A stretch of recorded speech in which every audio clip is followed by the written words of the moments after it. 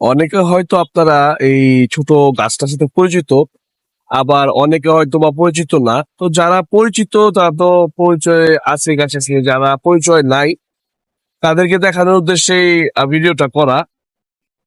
তো এই হইতেছে, এই গাছটা আপনারা অনেকেই হয়তো চিনেন।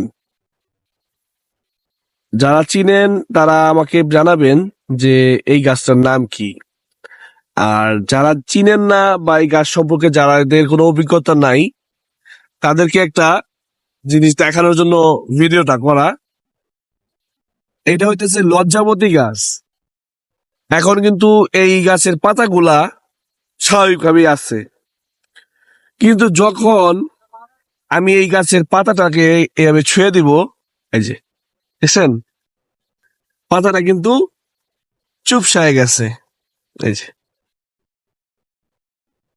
ও কিন্তু চিপসাই গেল। ওকে জাস্ট হাত দিয়ে একটু টাচ করবেন, ওর মতো গুটায় নিবে ওর শরীরটাকে। ওর যে পাতা আছে সে পাতাগুলারে ও গুটায় নিবে। এটা হলো আল্লাহর একটা অশেষ কুদরত। এই যুগের অনেক বাচ্চারা আছে, অনেক ছেলে মেয়ে আছে যারা এই গাছ সম্পর্কে তাদের কোনো আইডিয়া নাই। তাদেরকে দেখানোর জন্য এই ভিডিওটা আজকে করা। এই গাছটার নাম হইতেছে লজ্জাবতী গাছ। এটা দিয়া অনেক কবিরাজ বা অনেক ধরনের যে গাছন্ত ওষুধ গুলা আছে ওইগুলো তৈরি হয়। আমি এগুলো শুনছি, যদিও এগুলো আমার জীবনে কোনো কাজে আসে নাই। তো আমরা ছোটবেলা এই গাছগুলা নিয়ে অনেক দুষ্টামি করতাম, মানে জাদুটা খাইতাম আর কি। বলতাম যে আমার হাতে জাদু আছে, আমি এই পাতাটাকে ধরবো, এই পাতাটা দেখবি যে ছোট হয়ে যাইবো। তো এইভাবে আমাদের যে ওই সময়ে যে বন্ধু বান্ধব ছিল যারা এই গাছগুলো চিনতো না, তাদেরকে বোকা বানাইতাম। এই যে বুঝছেন, এই যে এটাতে ছুঁয়ে দিতেছি,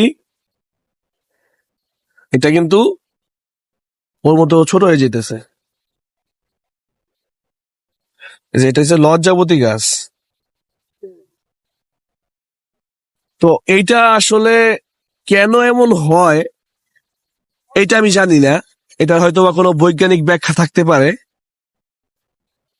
এটা সম্পর্কে আমার কোনো অভিজ্ঞতা নাই,